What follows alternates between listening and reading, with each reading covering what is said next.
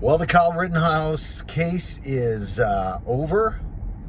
It's done. He was found not guilty of all charges. There was even a charge dropped. You know, a lot of people, and guys, here's the thing.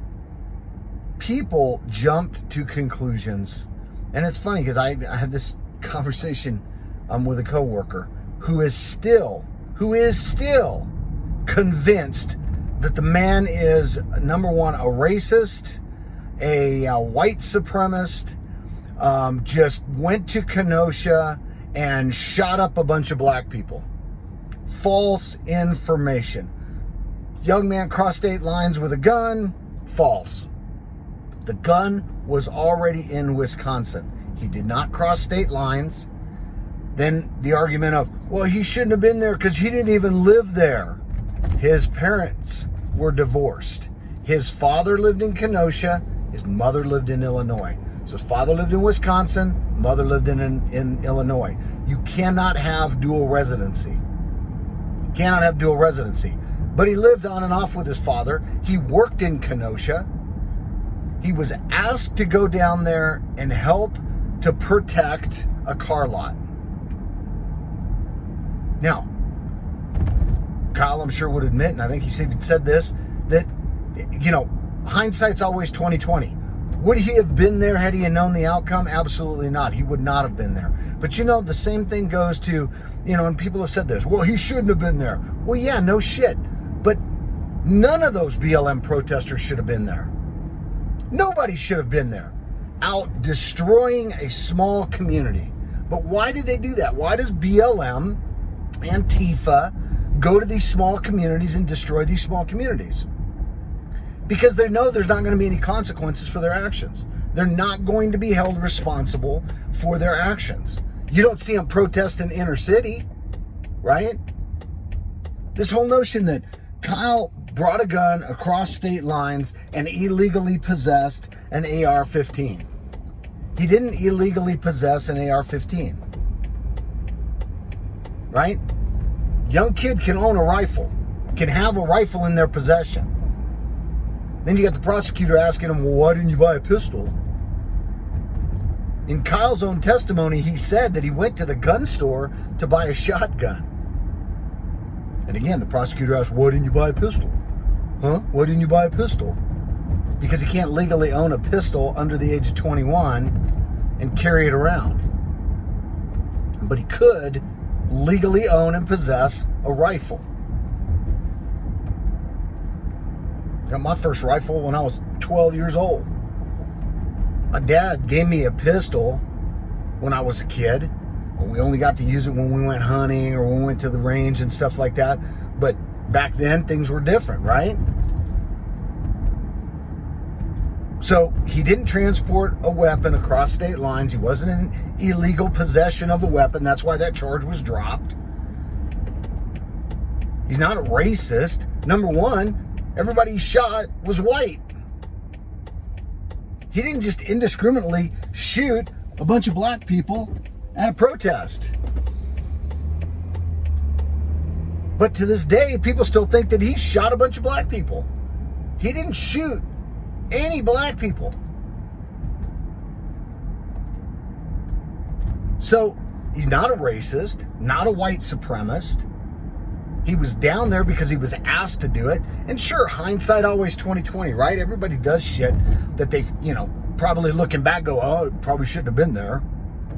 I've had shit like that in my past. I'm sure everybody watching this has. And if you're too young, I guarantee you're going to make mistakes like that. Right? Everybody has things in life that they regret doing or places they regret being or things that they were involved in. Everybody has that.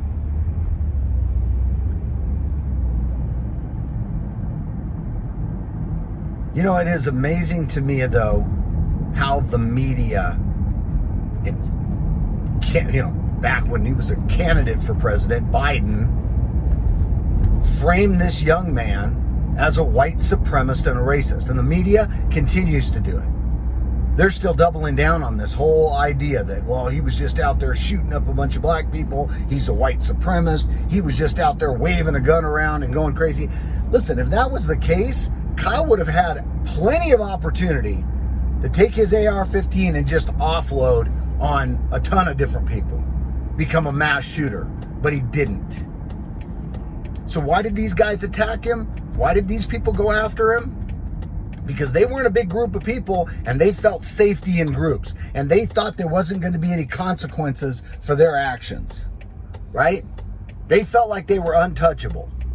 Nobody was going to do anything to them. And even if they would have gotten arrested and these people were out not doing, they weren't just peacefully protesting. They're setting dumpsters on fire. They're, smashing windows.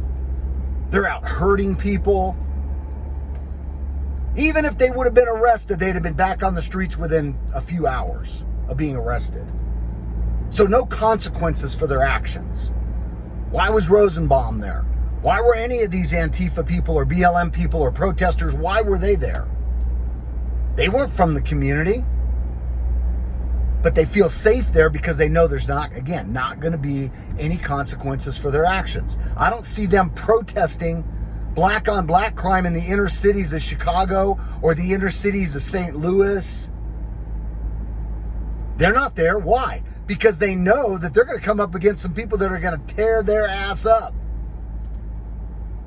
You go into the inner city and start protesting as a bunch of freaking rich white kids or white people protesting black on black crime, you're going to get your ass kicked.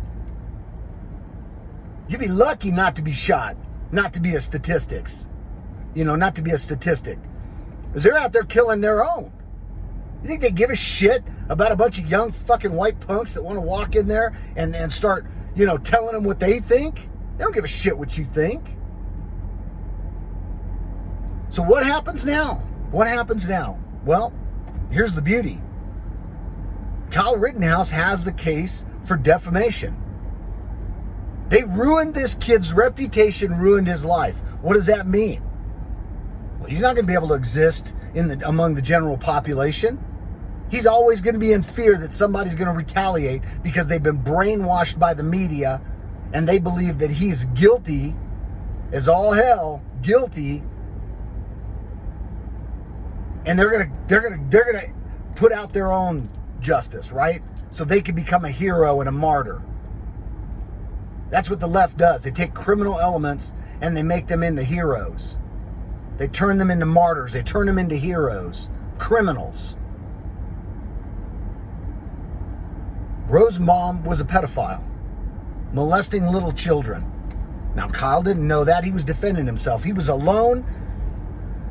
He was afraid for his life. He's running to safety and he's chased by these thugs. And he's attacked.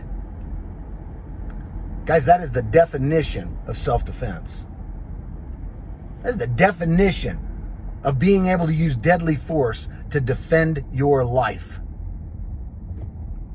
against bodily harm, injury, or death. The definition. Textbook case should have never went to trial. Should have never went to trial. So, back to this whole framing. Why does Kyle Rittenhouse have a case for defamation? Because he's not going to be able to live a regular life. He's going to have to live in a secure compound, right? Maybe in a gated community. That costs money. He may have to have bodyguards and security around him. That costs money. Who's going to be paying for that? The people who defamed him. The people who set him up and possibly motivated some crazy to go after him. They're going to have to pay. And they're going to have to pay a lot. Because what does that cost? I don't know. That could be $10,000 a day. A week. I don't know. What does a secure compound cost? A house with security systems and stuff so he's not going to become a victim. A lot of money. A lot of money. And this is where the defamation suit comes in. This is where the case is worth hundreds of millions of dollars. So, for everybody who's sitting here, that is making these statements about Kyle Rittenhouse, that didn't look at the case, that didn't review the facts of the case, and you're just listening to people on MSNBC or CNN or ABC, CBS, or the President of the United States, who makes defamatory statements. Once you become president, apparently you're protected, right? Well, you weren't if you're Donald Trump. But you think any of these people, any of these politicians are going to face any kind of repercussions? No, because they're protected, right? They're protected. They become a protected class when they're in office. So they can do whatever the hell they want to do, and they can say whatever the hell they want to say, incite and motivate people and inspire people to do crazy ass shit, and they're never held accountable. They're never held accountable.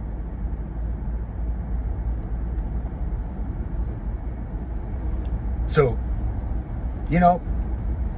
classic example of why you shouldn't run your mouth until you know all the facts in the case. Right? Classic example of why you shouldn't say anything about anything unless you know all the facts in the case. And then I think the biggest thing is, man, after getting all the facts, these people still go back to the shit they were spewing before. Why? Because they don't want to admit that they fucked up, and they don't want to admit when they're wrong. And that's a problem.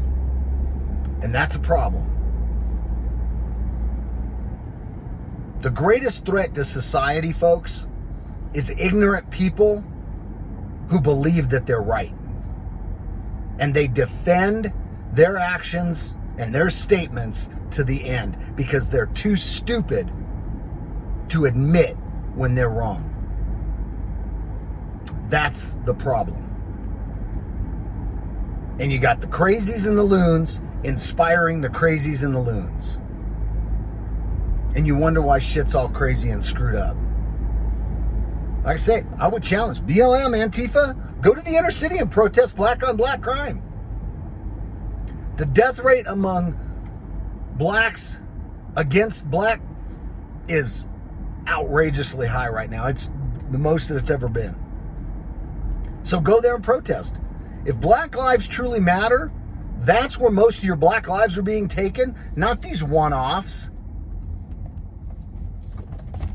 Now, the Avery case, hey, I'm not saying shit about that because I don't know. Sometimes, I think these guys might have been little thugs. I think these guys went out there looking for trouble, right? Should they be found guilty? I don't know. I don't know all the facts in the case yet, right? But it sounds like to me that they were kind of these vigilantes that try to take the law into their own hands and try to do stuff that, they probably shouldn't have been doing.